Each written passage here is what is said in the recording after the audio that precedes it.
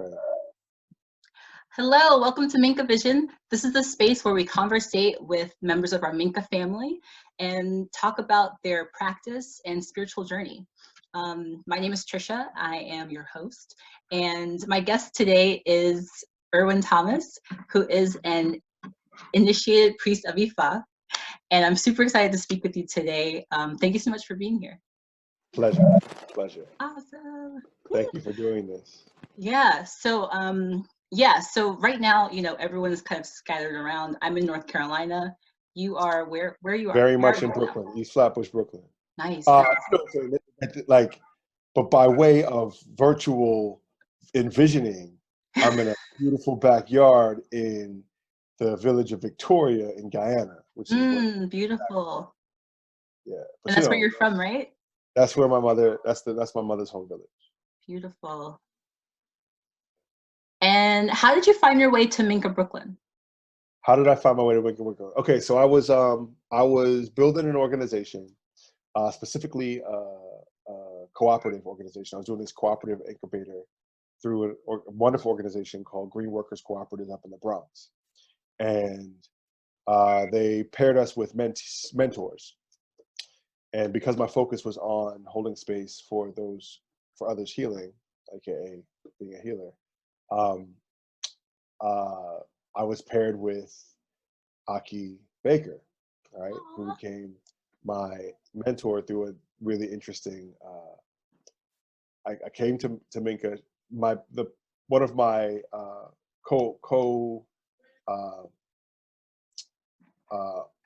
owners of the cooperative had known Aki before, but I didn't have any relationship with her. So we went to visit her.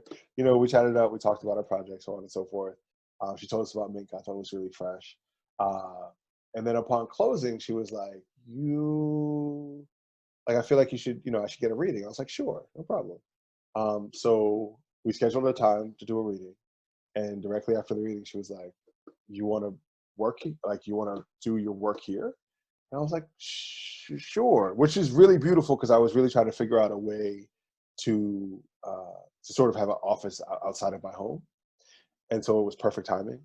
And the values of MINKA and the intention behind MINKA and to be in community with other people who do incredible things was it was beautiful. So that's how that happened. And I started doing readings out of there, participating more, getting to know people. And now, as Aki says, I am the MINKA's resident Baba. Yes. I love that so much. I've never heard that story. That's amazing. And so I know that at MINKA, you, along with Jordan Catherine Pagan and Sundar Ashni, teach roots of our practice. And you just mentioned your mother's village in Guyana. Can you talk a little bit about the roots of your practice and what led you to wanting to offer that to others? The roots of my practice it's an indigenous practice. Ifa is an indigenous practice, which is earth-based, right? And it's funny, my mother, being my mother, is my earth, right? Is my primary goddess. And she comes from a place that is like what you see behind me is like a common backyard situation. Banana trees, like serious foliage, serious food you can eat and go back and just be good, right? It's incredible. And the sea, from where the picture is taken, the ocean is literally a block away, right? So their relationship to my mother's relationship to the ocean, relationship to earth, relationship to food, relationship to, I'm saying to those things, definitely influenced me in the food that she made for us, but just how she understood herself. I remember she came to the States and I asked her once at some point, what was the biggest thing that she missed? And she was like, what she couldn't understand is the spaces, how people can live in such small spaces. That's what got her to go from a place, that was once considered very much the Garden of Eden. Like people would come from India just to meditate in Guyana and a whole bunch. It's a very wealthy place. To Harlem, to like these small apartments in Harlem in these small spaces. So the influence, the root of my practice comes from that and my grandmother, who is 96 years old and practices, and drinks bush tea every morning and is the one. My grandmother's a boss, right? Very disciplined, very nurturing. Combined, of course, with my father, who literally lived 2 villages across from like down the road from my mother. They've known each other since they were 12. And my father is an extremely passionate, protecting, gregarious, life of the party, brilliant individual who comes from a really big family, right? And so a really big family. And so he only knows how to move in this communal way, right? And he understands the importance. He's a lawyer. He understands the importance of law, the importance of keeping your word, the importance of all these things. So my root comes from the use of nature and the wisdom of law, the wisdom of relationships, the wisdom of character, the wisdom of, the sciences of life to come together, which makes Ifa for me like the perfect fit. When I became a priest about 11 years ago, 10 years ago, my mom, when I talked to my family about it, my mother was like, of course, that makes total sense. Like, see, I guess that's the child that they created. And my father's also very, very supportive of what I do as he understands it more and more. Not because they're not familiar, they may not be familiar about how I'm practicing it in the States, but they're familiar because in Guyana, there was Hudon, which is the equivalent, right? There's every place that we were, every place that we landed, and even places that we were before the triangle slave trade, before the Ma'afa, had their indigenous practices, right? So they're familiar. They just weren't necessarily practitioners per se. Now, the thing that brought me and Ashner Sudney and Jordan together to do Roots of Our Practice is that during this time, it's really, it's interesting because there's so much access to information, right? And so it's beautiful that there's a swelling of people looking for their purpose and looking to understand their relationship to their own practices and just, grow the spiritual sides of themselves and the tools that they use. All these things are wonderful. And yet, pick whichever one you'd like. As a consequence, some people pick up stuff and run with it without acknowledging that it came from someplace, right? And so we can call it, appropriation. We can call it, I think when it boils down for me, it's very much a question of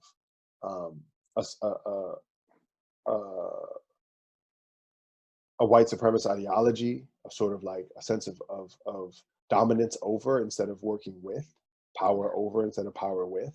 So when you get a little bit of something, you're just like, well, how can I market this? How can I make this whatever? And if I disconnect myself from where it came from, then it could be my thing, right? I discovered this. This is what I'm, right? And in reality, these earth-based practices, these indigenous practices are all about the maintaining of the cultural lineage, knowing that you came from someplace, someone taught you something, right? And so in the space of all of these technological spaces where we can sort of isolate ourselves, even outside of this quarantine, you can sort of like create your own, virtual identity and nobody can connect you to where you came from, right? Whether it be an avatar of yourself or whatever the case may be, and you present all these things and you have all this wisdom and people are like, well, where did you learn that? And they're like, well, it just sort of came to me, right? Which is, what I'm saying? It's what it is. But I was raised inside of accountability, and my teacher inside of my own, my mentors inside of my own practices, whether it be through spiritual practice or through my first discipline, which is performing arts, I had some great teachers who had some great teachers right? I have great ancestors, parents, aunts, uncles who are incredible and noble people. And so I never want their memory and their legacy to be forgotten. So myself, Ashley, and Jordan, we came together and we saw common themes of what was happening. And so we were like, well, let's figure out a way that we can explore with other practitioners, invite people in to really ask questions about the roots of their practice. And so it's not so much as like, we're going to give you the root of your practice, right? Or even give you the root of our practice. We're going to figure out how can we create a culture that explores the roots of practice and make that part of this world we're trying to create so that no one feels unrooted, right? And that no one who is benefiting from or for whom we are serving assumes that we're the know-all be-all. Right? That they understand that there is, that we are passing on wisdom that was given to us, and that the more that we, much like the fruits of a tree, right, branches of a tree, the deeper the roots, the higher the branches, right? So for us to push through these times, we have to remember to root ourselves. And some people, some services, some practices are sort of being displaced, right? And so that becomes an even more important thing, because you can put something in the ground, but it's not until it catches root, right, that it's going to really be there, right? So yeah, that was where that came from, and we've had a lot of fun as we develop it, and people seem to be digging it. So yeah. Yeah, I think it's really great just for everyone who is starting out on their journeys to think of, our own lineages, our own roots first. So centering that is really important. So I'm very grateful to you and Ashni and Jordan for leading in this way. Pleasure. Can you talk a little bit about, well, I don't think you've defined exactly what is the Ifa, but you've mentioned the wisdom of nature and how it felt very natural to you. And you mentioned this, you started your journey about 11 years ago. What was that journey like? So Ifa is very much that. When translated from Yoruba, it's the wisdom of nature, right? And you got to break down that all those words in English, because English can be a funny thing, right? Yeah. Is the article. Wisdom is knowledge and experience. My father always taught me this, that you can't have wisdom without knowledge and experience. You can have a whole bunch of experience without knowledge, and it's good for nothing. You can have a whole bunch of knowledge and no experience, right? Which is why you can't tell young people that they're young, right? And so Ifa is the wisdom of our ancestors' relationship to nature. Nature is all of it, right? The good, the bad, the ugly. And they encapsulate it into the ever expanding, because it's not like it's a static thing, corpus that within Ifa is called Odu, which have all these sort of parallel, these prescriptions and stories and metaphors and blah blah blah, along with Orisha work. And so they created a science, to be honest with you, a way of being, a relationship to cause and effects, that, based on universal laws, that allows those who step into this particular science and the discipline of this craft to cultivate their own relationship with nature, both the nature outside of themselves and their own internal nature, because as within, so without, as above, so below. But taking that perspective allows you to develop a deeper understanding of your nature and your relationship to your environment and the nature of other people, the nature of situations, timing, seasons, all those things. So for me, it's a beautiful science. It's a gorgeous science that we can talk about forever, because nothing is outside of the wisdom of nature.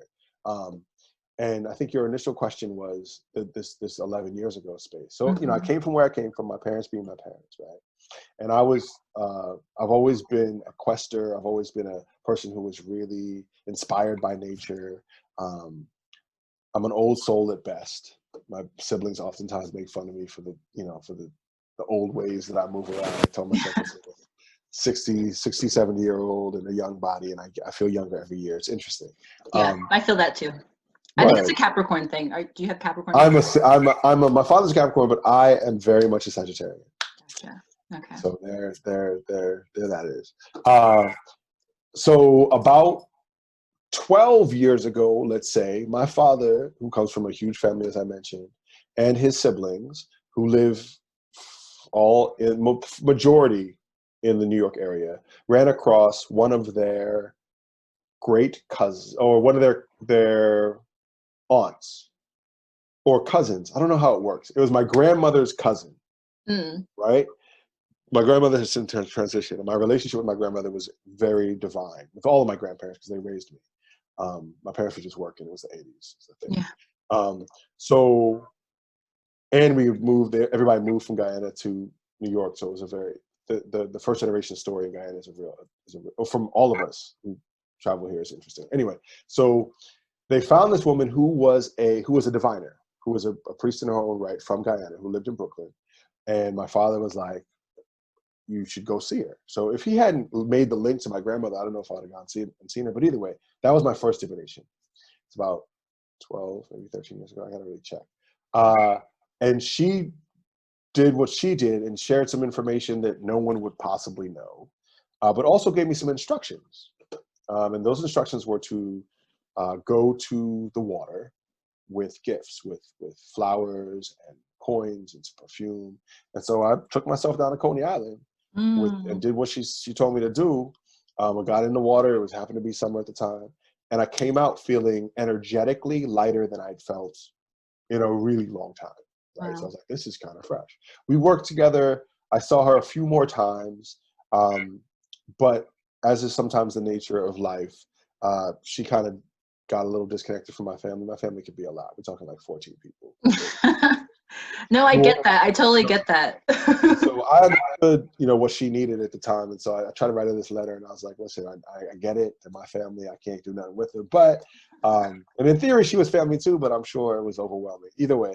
And I didn't hear back from her, but now I knew there was something, right? There was something else. So I would go to the ocean whenever I could, but she didn't necessarily name the things that she was doing in the way that we're discussing right now. She would just say, tell me to do stuff, right? And I had to feel my way through it.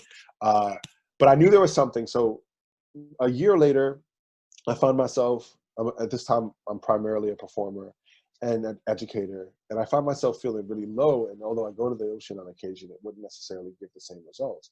And so I'm spending a whole bunch of time in the Lower East Side, like palm readers and all these things. I know there's something, right? Because I didn't know what that thing is called. And she wasn't answering my calls or any of those things. So, but a lot of that energy was fear-based, right? It was just like, you've got to do this. I have to do this for you now. Give me $5,000 or you're going to die. You mean the folks on the Lower East Side? Folks on the Lower East Side, a majority, right? Gotcha. But I tried to feel people out. Some people I did work with, and I think I learned some things about meditation, about Reiki, about a bunch of things. But it still wasn't the satisfaction, and I didn't feel like I was being guided. But I wasn't overall energetically feeling that much better. And so that particular winter fall and winter, I had a gig in Seattle. I went to Seattle, stayed with some good family friends of mine in Seattle, and another person was staying with them who at the time was working with Ayanna Vincent and her institute in DC, Intervisions. And we talked, about a lot of cool stuff. I didn't know what Intervisions was, but I learned about it. And for some reason, I trusted this person who's now my god sister. And she was like, you should call this guy. His name is Baba Femi. And I was like, I appreciate it, but I feel like I've spent more money than I've earned on trying to get support. And so if he can help me, cool. But if not, I don't have it, right? And so I wrote him a letter. I think his name was an email. And I was like, this is what's been going on with me. Try to be as detailed as possible. If you can help me, cool. If you can't help me, nothing personal. I'm gonna keep moving. So he says, I think I can, let's link. And so he over the phone, I remember I'd come back to the East Coast, and over the phone he gave me another reading, Ifa reading specifically. And what I loved about that reading is that it was not only super. This may seem like a contradiction. It was super accurate, but the languaging was all about energy. Right. So we talked about the energy of things past, things future, possibilities, all things present, and I loved this energy speak. Right. So I was super curious. So I would lean into working with him. He traveled a lot at the time, still travels a lot. And so I met him for the first time in Los Angeles. And he's a cool cat from Texas. You can check him out. I talk about it all the time. And he was just practical and down to earth. And he was a teacher. Like, he comes from a family of teachers. So he doesn't hold on to information in that way. And he was very much about healing. It all just made sense. So I leaned more into the study and became, and so in February 2010, after a series of other things, I found myself on a plane on my way to Nigeria with a bunch of people I didn't even know except for Awo Fasanmi, and got initiated into this priesthood. And that's how it began. Now, within this particular science and many indigenous practices, you have to make the sacrifice first in order to begin to study. Yeah. Right. So that was my sort of official beginning as I started my contract with nature, and I've been learning and growing ever since. Wow. So what was it like being in Nigeria? It was hot, but different than I used to work and live in South Africa. So different than South Africa. But energetically, as far as the people, the culture, it was strangely really familiar. It felt like, I went to a place called Oderemo, which is in Ogun State, but Mm. Oderemo was very much the bush, right? Wow. So generators, the whole nine. And it was beautiful. It was, for me, it was very familiar. It reminded me of being raised by my grandparents, as far as like the respect for elders, the food, the plates of food, the amount of food, patience, the necessity for patience, the hospitality, to show up and then just be taken care of, not just by the people that I was directly, relating to, but also by the entire village, right? Mm. To make sure make sure you're okay, even if you're not speaking the same languages, to sort of read your energy and make sure all is well. I'm an outside kid, so it'd be like between noon and 3, and people would be like, "Get out the sun!" Like they just wouldn't let me be in the sun because it was too hot. Yeah. And I got to disconnect for a little bit. No phone, no one of those things. So I got to, other than the fact that I was there to like, leave some stuff in the dirt, and Mm. but I was surrounded by people who looked super familiar to me, felt super familiar to me. And we didn't speak a lot, so it wasn't just based on intellectual stuff. It was a very energy exchange. So it was really Mm. lovely. And it's an ancient place, like ancient. Yeah. We're talking like in the morning mist, as stuff goes over, as fog goes over buildings that have been there for thousands of Mm. years, like Wow. incredible wisdom. The person who initiated me, Arba Adesanya, um, Arba of Oderemo, he was 96 years old and super spry. I think he had his last child maybe 2 years before we got there. Don't quote me on that one. I may be tripping, but I like mean, he I was wouldn't doubt it definitely, though. he was he was producing. He was, but a very, very cool, Fruitful. yeah, but a very, very chill, dope Mm. elder, who again reminded me of my grandparents. So yeah, Nigeria was fresh. And then we went sightseeing and saw some really important, again, historical landmarks and incredible culture. Yeah. The roads, though, I'm good. Yeah. I love that. And I haven't been to Africa yet. My parents are from Sierra Leone. I have yet Mm. to go, and I'm excited for when it does happen. Oh yeah. But I think it's interesting, right? How we don't hear a lot about African spirituality. We hear a lot about Western spirituality and Christianity, religion, and stuff like that. And Eastern religion, philosophy is very popular. But what do you think would be, or yeah, what would happen if more people embraced African spirituality? Well, for the historical record, and if anybody's got knows differently, let me know. All spiritual practices globally, all the major spiritual practices, are rooted in some form of ancient African spiritual practice. It's just fact. Yeah. Ifa itself is born out of sub-Saharan wisdom, the same wisdom that created the pyramids. And as invasions came, those people moved west, right, into West Africa, and so created what we now know as Yoruba land, what we now know as Benin, what we now know as Senegal. They took their wisdom with them, and then that wisdom transferred with us coming over here in modern history. But even previous to that, there was a lot of exchange. So I think that it's just part of. There's a lot of writers, a lot of philosophers, a lot of psychologists who talk about the consequences of white supremacy and how it has played itself out, and its attempt to erase. You know what I'm saying? The lie gets spread so vast, right, that it's all people know, and so we've all been poorly educated about the roots of a lot of things, and spirituality is a major thing. What's interesting about spirituality is that if you go someplace, regardless of where you can go, someplace new.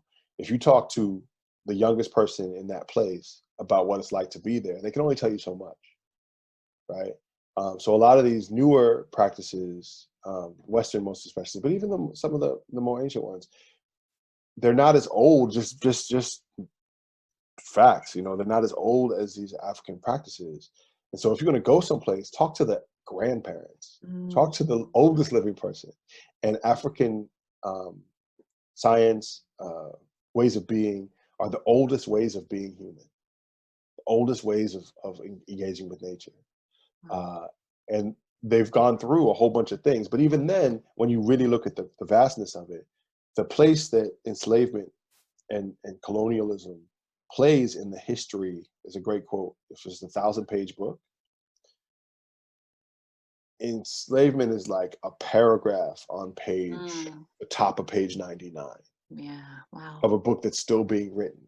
And it's the absence of the knowledge of the previous history that makes it seem like it's all there is, which again is part of the thing.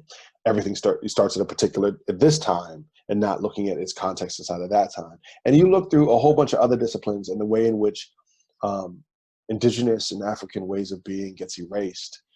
And we know enough to know that it's towards the end of the lie of superiority, right? To control resources, control power, to limit growth, and to continue to exploit. So if people were to lean into not just, yes, very much African traditional religions, and the reason why I want to use the language indigenous, because indigenous takes a responsibility to this earth, right? There's an elder whom I was talking to a lot, and I would use the word indigenous. She was like, "Why don't you just say African?" Or I'd use the words humanity, and she'd be like, "Just say African," right? And I get that. I think it's really important. I understand it, but I appreciate in this period of my study and growth the idea of indigenous, because indigenous creates, not that African doesn't, but indigenous for me creates an accountability to a stewardship. Yeah. That's not based on nationality. I love that. Wow. So that's my relationship to earth as a priest of nature, or the wisdom of nature, no matter where I am. Yeah. Like, I'm gonna be African. This is what it is, right? And a lot of other things outside, political, blah, blah, blah. But my stewardship is indigenous. My relationship is indigenous. That is so beautiful. That's so beautifully said. Thank you so much. Wow. Oh. So as someone who is super new to this, like, I don't think I heard of Ifa before I had a reading with you, and that was 2 years ago. Where does one start? Well, as we talk about roots of our practice, most indigenous practice, but especially Ifa, is at its center is ancestral reverence and veneration. So you start with you and the energy within you. You start with building an ancestor altar. You start with honoring those who came before you, who are living, living are not ancestors, but definitely, like, start with the things that you were taught, and how that has helped to shape and form how you understand your character, and then what you want to teach your children. A large part of my sincere meditation and prayer of making this journey 10 years ago, because I didn't have children as yet. I still don't have biological children as yet, but I wanted to pass on something to them that wasn't susceptible to, well, it wasn't just material. Yeah. I wanted to give them a legacy about how to be in this place, right? I wanted to talk to them about how to be better stewards of this place, the energy of this place. And I feel like I didn't have a curriculum for that. I wasn't sure how to be a spiritual being having a human experience. Yeah. I felt like I knew how to be human, right? But I was like, what is this spiritual being thing, having a human experience, right? Because I wanted to pass it on, so that they can understand the order of that. And then, of course, all the other necessary things for living. This is not a poverty-driven anything, or one based on lack. It's very much about the abundance of nature and the proper use of those in the seasons and the times. But I felt like I needed that information to be able to pass on to my children. And so it's about the understanding your relationship to your ancestors, those who struggled, who died, who sacrificed for us to be here, and then asking them in this reciprocal way, by honoring them and those things, asking them to support you in your journey, because they need you to win. They need you to be okay. Some people are like, well, I didn't have a good relationship with them, blah, blah. Again, it's like that big book. Our known ancestors, especially in these times, is sometimes a generation or two, the people who raised us, right? But in most indigenous cultures, you have to know at least 7 generations back. Yeah. And even then, we're talking about the last, you know what I'm saying, the very last few lines of the last paragraph of a 3 billion year book, Yeah. right? So when we're calling upon the ancestors, we're harnessing the energy of calling on all those things that live within our blood, within our DNA, good, bad, and indifferent, so we can have that wisdom to move forward. So that's a great place to start. Parallel with that is also getting a reading from a competent priest of the practice. And it doesn't just have to be Ifa. Ifa is, you know, rooted in Yoruba land and that Yoruba culture, but it could be, you know, a Khan, it could be Cordon Bleu, it could be Voudon, it could be, just make sure that the person is, you know, is of good character, and that you have a cool vibe about it. So yeah, I would say begin with getting a reading and honoring one's ancestors. Yeah. Yeah. I'm still just so grateful for the reading I had with you. That gave me a lot of perspective. And you incorporated the Orisha, you incorporated numerology, which is really cool. Yeah, it was like it's a whole new world for me, and I'm still working on like building my ancestral altar. But I really love what you're saying about starting with even like our living family members, you know, because I think that just our ways of being, like building that character and building that relationship, you know, really trickles up. It's real. Yeah, Real. and it's so like mind blowing when you're saying 7 generations. Like that's kind of, it's mind blowing to think that far back, but But think about it. So you said your yeah, grandmother named you, right? yeah, yeah. Right? And you still live with your, you know, I mean, you're home with your parents now, right? I live with them right now. So, Yeah. so they are at least knowledgeable, God willing, about their grandparents, Hmm. right? And they can tell you some stories, Yeah, right? So we're talking 1, 2, 3. That right there is 4 generations. yeah, When you have a child, that would be the 5th. If you're blessed to live and your child has a child, then that would be 6, right? So we're not talking out of the realm of possibilities of yeah, just the storied knowledge, yeah, right? What the 7 generations does, I mean, just in this analogy, is what is the ways in which those stories are passed down so that your grandchild knows just as much about your great grandparents as you did, if not yes. more. That's what I want. Yes, I'm always Right. asking my dad questions, and You got he's this. always telling us stories and assuming that we know. And yeah, Right, you're giving me right. a lot of perspective and things to think about. Yeah, to be born outside of the culture of the place where our parents grew up is a really interesting thing. It's like my Yeah. visit to Guyana was transformative because there was a lot of performative culture that I didn't understand. I performed it because I didn't know Mm, it. I didn't know where it came from. But to go back and see my parents inside of those spaces, I'd be like, oh, that's where this comes from. Or you just have, you know, it's just your relationship to land, the energy, the whole thing. And so coming back, I know that these things are within me. Some things I got to hold on to, some things I don't need to hold on to. And so the stories are good, stories are medium, stories are sacrifice stories or whatever they are. But once we have them, right, then we can pass that on. And so young people, your grandchild will be born inside of the knowledge of where they come from and the character of the people who sacrificed for them, right? And yes. nobody can tell them that their history started or that they're not worthy or whatever. You know what I'm saying? You can dictate that yourself, and you can pull out the hero stories, you can pull out the struggles, whatever it Mhm. is, because that's the thing that builds your sense of self, Yeah. right? And then they move on, and once you put that at the center, once you make it valuable, not just something that happens every once in a while, Mhm. right? And they understand that themselves, that everywhere that they go, they're looking for more of that understanding. And they also understand that character is their currency, and they look for other people who have those values. Then we're talking about the world we want to see. Yeah. Right? No one's telling us who we were, who we're supposed to be. There's no separation between history and sociology at that point, Yeah. right? How we lived and what we did and when the moments and the times, it's not bifurcated. We're not separated by somebody else's narrative. Mm. That is so important.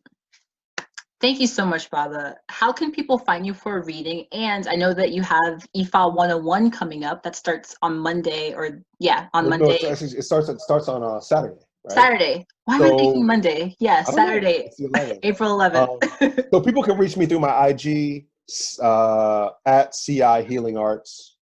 Through Facebook, I think I'm on there as Erwin Thomas. They can reach me through calling. I'll give you my number. You can post it or whatever. I don't They know. Who can. might try to call you a lot? You ready for Pardon? that? I'm just It's kidding. okay. I'm good with it. I'll I'm put good. all the info in the description box. Yeah, this is what I do. I'm not mad about that. And if I can't help you, I'll find somebody who can. Because that's the beautiful thing about this. There are some really dope priests in New York. And speaking of, one of my brothers within the organization that I belong to and has been trained under, Awo Fasanmi Institute for the Divine Study of Ifa, OIDSI. We have a Ile here in New York.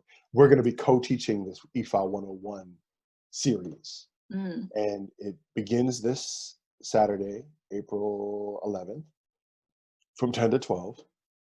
Excuse me. And we're going to go over, it's an introductory or refresher for some, of the cosmology and the wisdom of Ifa. And everyone's invited. You know, it's going to be virtual through Zoom, through the MINKA website. And we'll be twice a month. And hopefully by the time we get to the end, this will be over. We can go outside and really step into nature and apply some of these things. But we'll talk about ancestral reverence. We'll talk about divination. We'll talk about numerology. We'll talk about all the things to introduce people so people know, they have a reference. Because you can't really step into things you don't have a reference for. And then getting a reading is not a thing. Give me a call, holla at me. I'm doing readings regularly over technology.